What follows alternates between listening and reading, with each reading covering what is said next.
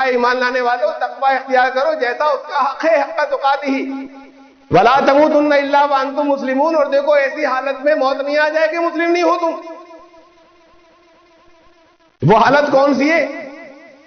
فرمایا واعتصموا بحبل اللہ جميعا ولا تفرقوا. سب مل کر اللہ کی رسی کو قرآن سے جڑے رہنا, مضبوطی سے پکڑنا. ولا تفرقوا, فرقوں میں مت پڑنا ورنہ اسلام پر موت نہیں ہوگی. اور پھر آگے یہ بھی بتایا فرقے کیا ہوتے ہیں, ڈیفائن کیا ہے, تعریف تو خود قرآن نے بتائی ہے. وَاذْكُرُوا نِعْمَةَ اللَّهِ عَلَيْكُمْ إِذْ كُنْتُمْ أَعْدَاءً. یاد کرو تمہارے اندر کتنی دشمنیاں تھیں پہلے آپس میں جب تم اسلام پر نہیں تھے. فَأَلَّفَ بَيْنَ قُلُوبِكُمْ فَأَصْبَحْتُم بِنِعْمَتِهِ إِخْوَانًا. اللہ نے اسلام کے ذریعے تمہارے دلوں کو جوڑا اور تم بھائی ہو گئے, اخوان ہو گئے. تو جب فرقے نہیں ہوں گے تو بھائی ہوں گے وہ آپس میں, اخوان ہوں گے. جب فرقے ہوں گے تو دشمن ہوں گے. یہ پہچان بتائی. اب وقت یہ کیا نہیں آیا, ہمارے سامنے سوال کھڑے ہوتے ہیں. یہ ہے اسلام دشمن, جگہ جگہ ویب سائٹس کے اوپر یہ سوال ہے موجود کہ اسلام میں یہ قوت نہیں ہے کہ لوگوں کے دلوں کو جوڑ سکے. یہ ان الفاظ میں سوالات اور اعتراضات موجود ہیں. میرے پاس ان کا کوئی جواب نہیں ہے کہ میں یہ دوں کہ نہیں ہے اسلام میں قوت.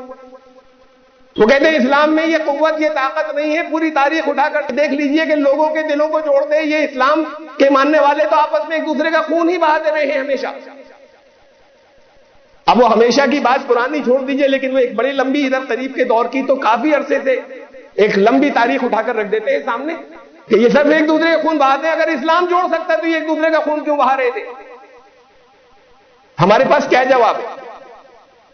یہ جواب نہیں دے سکتے ہم. اس جواب کے لیے تو ہمیں آپس میں بیٹھنا پڑے گا کہ ہم کیا جواب دیں, مل کر طے کریں کہ انہیں کیا جواب دیں. اور انہیں جواب دینا بھی اتنا ضروری نہیں ہے. اصل میں تو یہ درد بھی ہمارے دل کے اندر پیدا نہیں ہو سکا ابھی کہ یہ ہو کیوں رہا ہے, یہ کیوں ایک دوسرے کو مار رہے ہیں. اس سے زیادہ یہ ساری پوری دنیا کے اندر سارے غیر مسلموں نے مل کر مسلمانوں کو اتنا نہیں مارا جس کا 10 گنے, جس کا 50 گنا خود مسلمانوں نے مسلمانوں کو مار دیا. یہ کیوں ہو رہا ہے؟ یہ ہمیں جب دکھ بھی نہیں ہے اور اس کے اوپر اکٹھے نہیں ہوتے تو جواب کیا دیں؟ اب اگر کسی جگہ ایک حادثہ ہو جاتا ہے اور روز ہو رہے ہیں, اخبار میں خبر آتی ہے, وہ خوب تالیاں بجاتے ہیں, سارے میں پروپیگنڈا کرتے ہیں, تو ہمارے پاس سے 2 طرح کے جواب آتے ہیں. ایک تو انکار کا آتا ہے کہ نہیں سب ان کا پروپیگنڈا ہے, پھر سارا ان کے ہاتھ میں, یہ پروپیگنڈا کر رہے ہیں, ایسا کچھ ہوا ہی نہیں. ایک حصہ تو یہ کہتا ہے اب یہ روز آ رہے اور روز ہم تردید کر رہے ہیں, ایسا کچھ نہیں ہوا, یہ صرف ان کا پروپیگنڈا ہے. ایک دوسرا ہوتا ہے ڈیفینسو جواب, جہاں یہ ہوتا ہے کہ یہ ہو تو رہا ہے لیکن اس میں اصل میں امریکہ کا ہاتھ ہے. ہاں یہ مسلمانوں کو مار رہے ہیں لیکن اسرائیل کا ہاتھ ہے اس میں. یہ مسلمانوں کو مار رہے ہیں لیکن یہ اس کے اندر ہندوستان کی سازش ہے. اب یہ دوسرا جواب یہ ہوتا ہے. اسے بیٹھ کر سوچنے کے لیے تیار نہیں ہے کہ یہ کیوں ہو رہا ہے. یا تو کہہ دیا نہیں ہو رہا ہے, یا کہہ دیا کہ امریکہ کی, اسرائیل کی, ہندوستان کی سازش ہے. ارے سازش ہے تو مار وہ تو نہیں رہے, مار تو یہ رہے نا, سازش کے شکار یہ کہاں سے ہو رہے ہیں؟ اور پھر دنیا کے اتنے بڑے حصے کے اندر ہو رہے ہیں, جگہ جگہ ہو رہے ہیں, لگاتار ہو رہے ہیں, اب سے نہیں, 10 سال سے نہیں, 20 سال پہلے سے نہیں, 50 سال نہیں, 100 سال سے, یہ سلسلہ جاری ہے لگاتار. ایک تنظیم ختم نہیں ہوتی ہے, دوسری کھڑی ہو جاتی ہے جو شدت پسند ہوتی ہے, دہشت گرد کہلاتی ہے. تو پھر یہ جواب کیا دیں؟ پھر کوئی حادثہ ہوتا ہے جو روز ہو رہے ہیں تو ہم جیسے کھڑے ہو کر کہہ دیتے ہیں یہ اسلام ہے ہی نہیں. نہیں بھائی, اس سے آپ متاثر مت ہوئیے گا, یہ غیر مسلم اور اس ساری دنیا یہ لوگ مسلمان ہی نہیں ہے, اسلام ہی نہیں ہے. میرے کہہ دینے سے کیا ہوتا ہے کہ یہ اسلام نہیں ہے, یا میرے جیسے کچھ اور لوگ کھڑے ہو کے کہتے ہیں کہ یہ اسلام نہیں ہے صاحب, یہ بات ختم ہو جائے گی, یہ سلسلہ رک جائے گا کہ اصل تو اسے رکنا ہے. جب تک وہ لوگ جو غیر جانبدار ہیں, جو ایسی کسی شدت پسند گروپ میں شامل نہیں ہیں, جو کسی بالکل کٹر مذہبی فرقے کے اندر شامل نہیں ہے, جن جو برین واشڈ اس سے نہیں ہو گئے, جب تک وہ بڑی اکثریت پہلے تو اس بات کا احساس کرے, جب تک یہ احساس نہیں کرے گی کہ یہ کیوں ہو رہا ہے, اسے رکنا چاہیے سلسلے کو, اور پھر اس کے بعد کھڑے ہو ان کی مخالفت کریں کہ یہ ہم نہیں ہونے دیں گے اپنے یہاں. تو یہ خاموش بیٹھے رہیں گے جب تک تو پھر یہی ہوگا. کچھ لوگ کہیں گے کہ نہیں نہیں جھوٹ ہے, ایسا کچھ ہو ہی نہیں رہا, کچھ کہیں گے کہ اس میں فلاں ملک کی سازش ہے, کچھ یہ کہہ دیں گے کوئی بات نہیں یہ انہوں نے کیا نا لیکن یہ اسلام نہیں. اصل میں تو کچھ کرنا چاہیے نا. تو پھر سیمینار اس کے اوپر ہو, پھر ہمارے علماء کی تقریریں اس پر کیوں نہیں ہوتی, ہمارے علماء کے آپس میں مختلف مطلبوں کے سر جوڑ کر بیٹھتے کیوں نہیں اس بات کے اوپر کہ ایسا کیوں ہو رہا ہے اور اس کو کیسے روکا جائے. اگر کشمیر میں کچھ مسلمانوں کو تب تو علماء مختلف مسلک کے اکٹھے ہو کر بیان دیں گے, اس پر کیوں بیان نہیں آتے اور اس پر کیوں اکٹھے نہیں ہوتے اور اس پر کیوں سوچا نہیں جاتا. بہت اہم بات ہے, بہت اہم موضوع ہے. آج دنیا میں 1.5 ارب مسلمان ہیں. یہ 1.5 ارب مسلمان عیسائیوں کے بعد سب سے بڑی تعداد ہے, ان سے تھوڑے سے زیادہ عیسائی ہیں, اور ان کا 50 اکثریتی ممالک ہیں, وہاں پر آپس میں ایک دوسرے کو مار رہے ہیں, اور جو اقلیتی ہیں جہاں پر کم ہے وہاں پر وقتاً فوقتاً غیر مسلموں کے ہاتھوں ستائے جاتے ہیں. ان کے حصے میں صرف یہی رہے گا ہمیشہ, اور پھر اللہ کی طرف سے مار چپت انہیں کے اوپر پڑے گی. زلزلے بھی نہیں کے آ جائیں گے, سیلاب بھی نہیں کے آ جائیں گے, قحط بھی نہیں کے آ جائیں گے. اسے بیٹھنے کی سوچنے کی ضرورت ہے, اور خالی سوچنے کی کچھ یہ پیدا ہو جائے چیز تو پھر اس میں ضرورت اس بات کی ہے کہ ہم انہیں متوجہ کریں جو اہل علم کہلاتے ہیں, ان کو توجہ دلائیں کہ کیا اس پر کوئی ضرورت نہیں ہے کہ آپ کو یہ بیان ہی جاری فرما دیں. اگر پاکستان میں شیعوں کا گروہ مارا گیا اور وہاں کی ایک تنظیم نے یا طالبان نے کہیں ان پر حملہ کر دیا, تو کیا یہاں کے یا باقی دنیا کے سنیوں کو ضرورت نہیں ہے کہ وہ اس کی مذمت کریں اور یہاں پر احتجاجی جلوس نکالیں کہ ایسا کیوں ہو رہا ہے؟ کہ اگر شیعہ مارے گئے اور اگر سنیوں کے ہاتھوں سنیوں مارے جائے تب ہونا تو یہ چاہیے کہ دنیا میں کسی جگہ بھی ایک مسلمان کو کوئی تکلیف ہو تو اخوان کا مطلب یہ, بھائی کا مطلب یہ ہے کہ ہاں کچھ باتوں پہ ہمارا اختلاف رائے ہے لیکن ہے تو ایک امت کے. اگر آپ اتنی بڑی تعداد کو خارج کر دیں گے, شیعوں کو پہلے خارج کر دیجئے, سنی حضرات کر دیں کہ وہ تو مسلمان ہی نہیں ہے, تو پھر آپ کی تعداد 1.5 ارب نہیں ہے. پھر یہ کیوں کہتے ہیں ہم مسلمان اتنے ہیں دنیا میں, اس میں تو وہ بھی شامل ہے, تب انہیں گن لیتے کہ اتنے مسلمان ہیں, انہیں ہٹائیے, اچھا 1 ارب رہ گئے. اس کے بعد پھر انہی میں سے بریلوی کہتے ہیں یہ مسلمان نہیں ہے, دیوبندی کہتے ہیں یہ مسلمان نہیں ہے بریلوی, تب وہ 1.5 ارب بھی نہیں رہ گئے, وہ 50 کروڑ رہ گئے. پھر ان گروپوں میں سے الگ الگ ایک دوسرے کو خارج کرنے والے ہیں. کسی نے کہا اگر نماز میں رفع یدین نہیں کرتے تو دین سے خارج, اور خارج کر دیجئے. کتنے لوگ نہیں کرتے؟ 95% نہیں کرتے. یہ 95% خارج مسلمان کتنے رہ گئے دنیا میں؟ 50 لاکھ. تو کرتے رہیے خارج اپنے اپنے عقیدوں کی بنیاد پر. اور دوسری بات یہ کہ ہاں ہے اختلافی باتیں اختلافی زیادہ بڑی ہیں اور سیریس ہے, لیکن اتحاد کی بنیادیں کتنی ہیں؟ قرآن شریف نے غیر مسلموں کے لیے کہا کہ اگر یہ اللہ کا رسول نہیں مانتے چلو ابھی رہنے دو, اگر یہ قرآن کو اللہ کا کلام نہیں مانتے ابھی رہنے دو, ان سے کہو ہمارے تمہارے درمیان کچھ تو ہے مشترک, آؤ اس پر اکٹھے ہو جائیں. قل یا اہل الکتاب تعالوا الی کلمۃ سواء بیننا وبینکم الا نعبد الا اللہ ولا نشرک بہ شیئا. ان سے کہو کہ پچھلی کتاب والو آؤ ہم تم ایگریمنٹ کر لیں, ہم تم اسی پر متحد ہو جائیں. تم چاہے ابھی آخری رسول اللہ کا نہ مانو, چاہے قرآن کو اللہ کا کلام نہ مانو, یہ تو تمہاری کتابوں میں بھی ہے کہ وہ صرف ایک ہے اور اس کا کوئی ساجی اور شریک نہیں ہے. یہ ہمارے یہاں بھی ہے, تمہارے یہاں بھی, آؤ اسی پر اکٹھے ہو جائیں.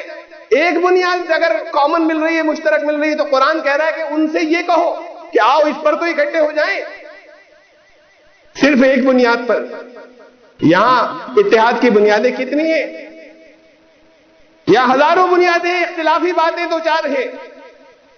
تو نہیں, جب تک وہ 2-4 اختلافی باتیں رہیں گی تو اکٹھے نہیں ہونا تو الگ بات. دشمن ہوں گے ایک دوسرے کے, ایک دوسرے کو تباہ کرنے کے لیے لگے ہوں گے, اسلام سے خارج کر رہے ہوں گے. جب تک یہ نہیں ہوگا تو دنیا والوں کی مار بھی پڑتی رہے گی. اللہ کی طرف سے یہ عذاب اس شکل میں بھی آتا ہے کہ خود گھر کے لوگ مصیبت بن جاتے ہیں, وبال جان بن جاتے ہیں. قرآن شریف نے کہا تمہاری یہ تو گھر کے لوگ, تو دوسری بات اپنے مسلک, اپنے فرقے, اپنے جو مذہب کے لوگ کہلاتے ہیں انہیں تو جانے دیجئے. قرآن شریف نے کہا اللہ تمہیں تمہارے بچوں کے ذریعے, تمہاری اولادوں کے ذریعے عذاب دے گا, کہ اولاد تمہارے لیے عذاب بن جائے گی. تو پھر یہ تو گھر کے لوگ ہیں, یہ تو اولاد سے ذرا سا آگے کے خاندان کے لوگ ہیں. تو پھر یہ ایک دوسرے کو ماریں گے، یہ بھی اللہ کا عذاب ہے، اور دوسروں کے ہاتھوں پٹائی ہوگی وہ بھی اللہ کا عذاب ہے، اتنا بھی کافی نہیں ہے، پھر زلزلے آئیں گے، پھر سیلاب آئیں گے، پھر قحط آئیں گے، وہ بھی تمہارے یہاں آئیں گے۔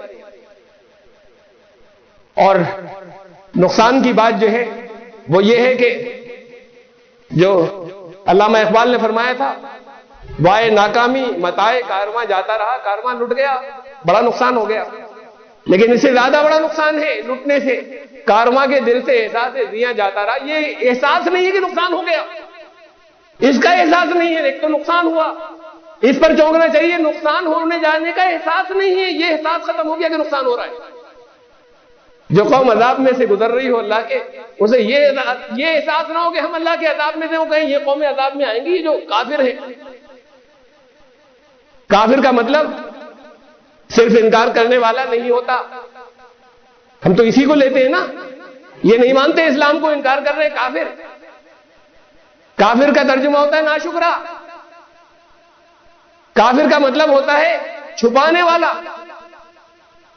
کسی کے پاس حق بات ہے، چھپائے بیٹھا ہے، لے کر نہیں جا رہا، کافر۔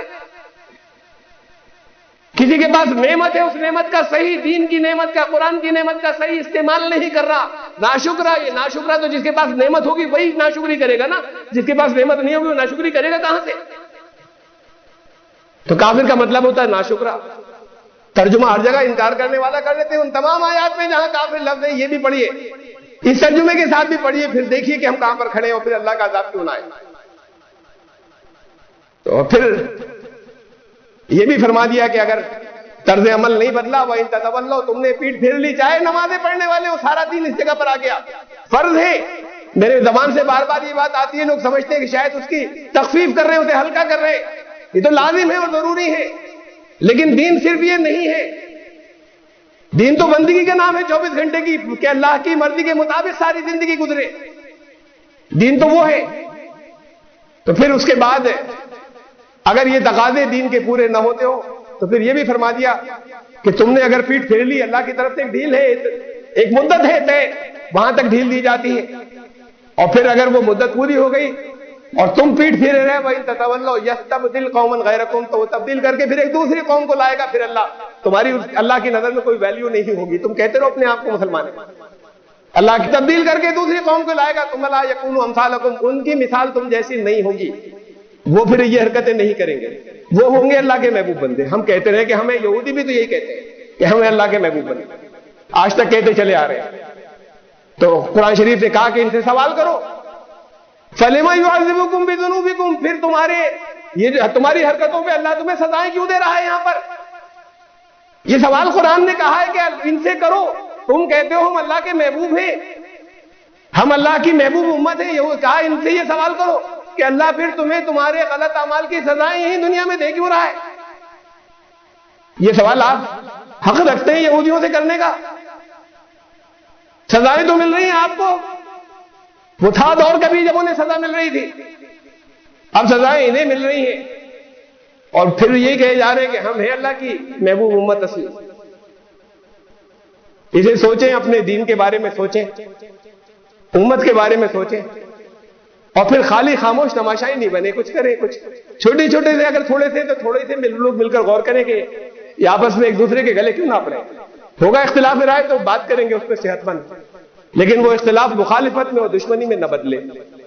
جب تک یہ حصہ ختم نہیں ہوگا تو پھر یہ 1.5 ارب کی تعداد کہاں سے بنے گی؟ اور جب واقعی 1.5 ارب کی تعداد بن جائے گی تو 1.5 ارب کیا، یہ تو 50 کروڑ کافی ہوں گے ساری دنیا کے لیے، جو واقعی ایسے ہوں گے جن کے دل ایک دوسرے سے جڑے ہوئے۔ پھر کہیں پہ کوئی بھوکا نہیں مرے گا، پھر قحط نہیں ہوگا۔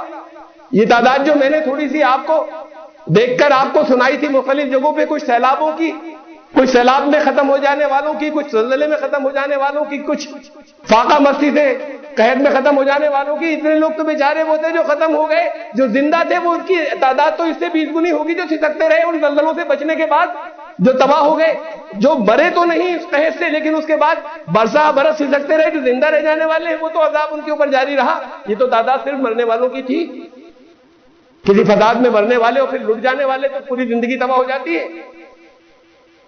تو اس پر بیٹھ کر سوچیں کہ یہ اللہ کا عذاب ہم پہ سے کیسے ہٹے گا، ورنہ اس عذاب کے اندر زندگی گزارتے رہے اور یہ بھی نہیں پہچانے کہ ہم عذاب میں گرفتار ہیں۔ آپ کے اوپر عذاب طرح طرح کے مسلط ہے، یہ سارے عذاب ہیں، پھر آپ کے اوپر عذاب مسلط ہے ایک ذلت کا عذاب، دنیا میں جگہ جگہ مسلط ہے، یہ علاقائی طور پر بھی ہے اور بین الاقوامی طور پر بھی ہے، یہ ذلیل ہو رہے ہیں دوسروں کے ہاتھوں، اور اسے پھر عذاب نہیں سمجھتے، اللہ کا عذاب نہیں سمجھتے۔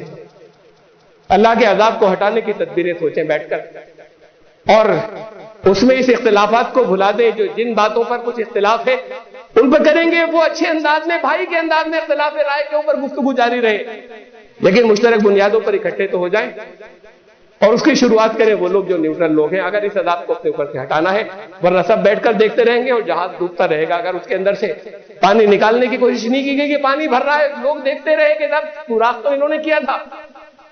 ایک حدیث کا مفہوم ہے جو میں نے بھی بیان کیا کہ لوگ دیکھتے رہے کہ سوراخ تو انہوں نے کیا تھا، اگر یہ دیکھتے رہے کہ انہوں نے کیا تھا اور وہ بیٹھے رہنے والے تو ان کو بھی ڈوبنا ہی ہے ساتھ میں، اگر وہ بیٹھے دیکھتے رہے تو اس کو نکالنے کی تدبیریں کریں، یہ دیکھیں کہ اس میں سوراخ کرنے والوں کو روکنے کی بھی کوشش کریں۔ اللہ تعالی ہمیں نقصان کے احساس کی طرف تو پہلے عطا فرمائے کہ احساس تو پیدا ہو جائے کہ نقصان ہو رہا ہے۔ احساس جب بھی پیدا ہو جاتا ہے، کسی بیماری کا احساس نہیں ہے تو وہ مریض نہیں بچے گا، جب احساس ہو جائے تو علاج کرے گا نا، علاج تو ہو جائے گا، معالج موجود ہے، نسخہ شفا موجود ہے۔ دنیا سے کہتے ہیں سب سے بڑا نسخہ ہمارے پاس ہے، ہم سسک رہے نا، یہ ہمیں یہی کہنا پڑتا ہے، ہم اگر جاتے ہیں کچھ غیر مسلموں کے پاس ہمیں یہی کہنا پڑتا ہے کہ ہم سسک رہے ہیں، جس بیماری سے یہ اس کی دوا ہے ہم نے استعمال نہیں کی، اصل میں تم کر لو تم نہیں سسکو گے۔ کیسے کہیں بھائی کہ تم استعمال کر لو، تمہیں یہ بھلے چنگے ہو جاؤ گے، تمہیں یہ بیماری ہوگی نہیں، اسی بیماری سے خود تڑپ رہے۔ تو وہ حیرت سے دیکھتا ہے منہ اٹھا کر کہ دماغ تو نہیں چل گیا ان کا کہ اسی بیماری سے خود تڑپ رہے ہیں، دوا دے رہے ہیں ہمیں۔ تو یہ علاج تو ہو جائے گا، علاج کر لیں گے۔ نقصان کا احساس جب پیدا ہو جائے گا، جس دن یہ محسوس ہوگا کہ نقصان ہو رہا ہے، اللہ تعالیٰ یہ تو پہلی اسٹیج ہے دعا، بجائے اس کے کہ یہ مانگے کہ نقصان نہ ہو، اللہ سے دعا ہے کہ اللہ نقصان کا احساس پیدا کر دے۔ بارک